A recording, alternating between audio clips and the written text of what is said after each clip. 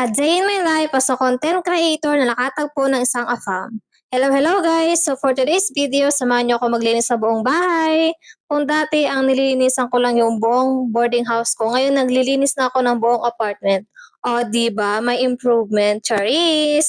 Malay natin sa susunod ang nililinisan ko na yung masasabi kong bahay ko. Manifesting, walang imposible sa taong nagsusumikap. But to be honest guys, iba talaga yung feeling kapag you have your own space na nakakagalaw ka ng maayos, yung walang nag-uutos sa'yo, walang sumisita sa mga ginagawa mo. Aminin nyo guys, iba ang feeling kapag nakabukod ka, walang mangingialam kung gigising ka na tanghali, kung kakain ka ba o hindi, di ba? Before guys, nung nagwo-work pa ako as a teacher, nagbo-boarding house lang ako that time. And you know guys, hindi siya madali, lalo na kung may kapitbahay kang maingay, masama ugali, halos lahat ng kilos mo napapansin.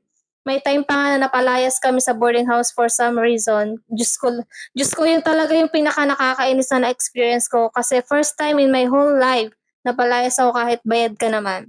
Anyway guys, balik tayo sa ating paglilinis ng bahay. Actually guys, ako yung tipo ng tao na ayaw ko sa makalat, sa madumi. Gusto ko malinis at organize ang mga gamit ko. Ako lang ba dito yung bad mood kapag nakikitang madumi at makalat ang paligid?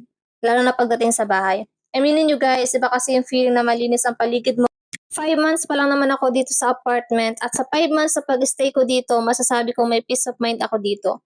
Medyo nakaka-board minsan kasi mag-isa ka but kapag nakasanayan mo na, okay na din naman. So guys, makikita nyo sa video si Lucky.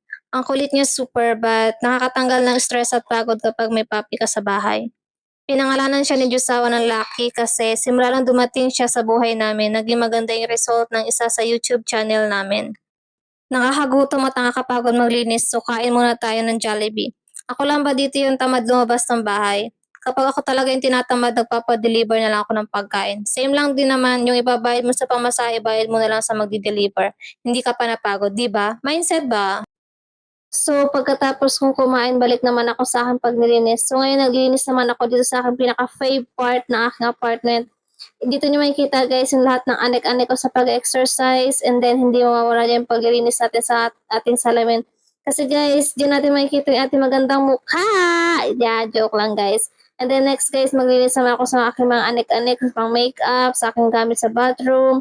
And especially guys, hindi mawawala yung paglinis natin sa ating bed. Kasi guys, yan tayo humihiga kapag di tayo nagpalit ng cover sa ating higaan. Ako guys, kakatihin tayo kaya kailangan natin magpalit niyan weekly. And then guys, simula nang galing si Lucky sa buhay ko, lagi na lang ako nagpapalit kasi oh my God, palagi na lang siya umiihi sa aking higaan. So kailangan natin siyang palitan. So ngayon guys, dito naman tayo sa lababo, maglinis naman tayo ng mga ating pinagkainan. Then after nyan guys, dapat multitasking tayo, sabay-sabay natin gawin ng mga gawain bahay, maglalaba naman tayo. Habang nagpapaikot tayo ng labahan sa washing, tayo naman po ay magluluto. Ang plano ko po lutuin ngayon ay sopas. Gusto ko mag-sopas for today's video. So ayan, maggagayat muna tayo ng mga sangkap sa ating lulutuin na sopas. So dyan may tayo, cabbage, chicken, hotdog, and then di mawawala dyan ang ating onion and bawang. So, gayatin lang natin siya guys. And then, ayan, magluto na po tayo. Simulan natin paggisa. Guys, hindi ko nasasabihin sa inyo kung paano yung step by step ng pagluluto ng sopas kasi alam ko naman na alam niyo naman kung paano magluto ng sopas. And then, habang luto tayo, may nagdating tayong parcel. Di na yung mawala sa ating buhay. So, ngayon naman, magpapalit tayo ng sapi ng ating kutsyon. Actually, bagong bili yan, bagong laba. So, pagkatapos yan, guys, balik tayo sa ating luto. Ayan, lutuin na muna natin ating sopas. And then, pagkatapos niyan, habang nakasalang siya, at tanggalin na natin yung mga nilaban natin sa ating washing machine. Kasi, yan, medyo matagal-tagal na gawain yan. And then, pagkatapos niyan, guys, balik naman tayo sa ating pagluluto. Pagkatapos ng magluto, sampayin natin yung ating mga nilabhan. Ayan, di naman siya madami, kaunti lang naman nilabhan ko ngayon kasi sinabay ko lang yung sa pinainihian ni Lucky.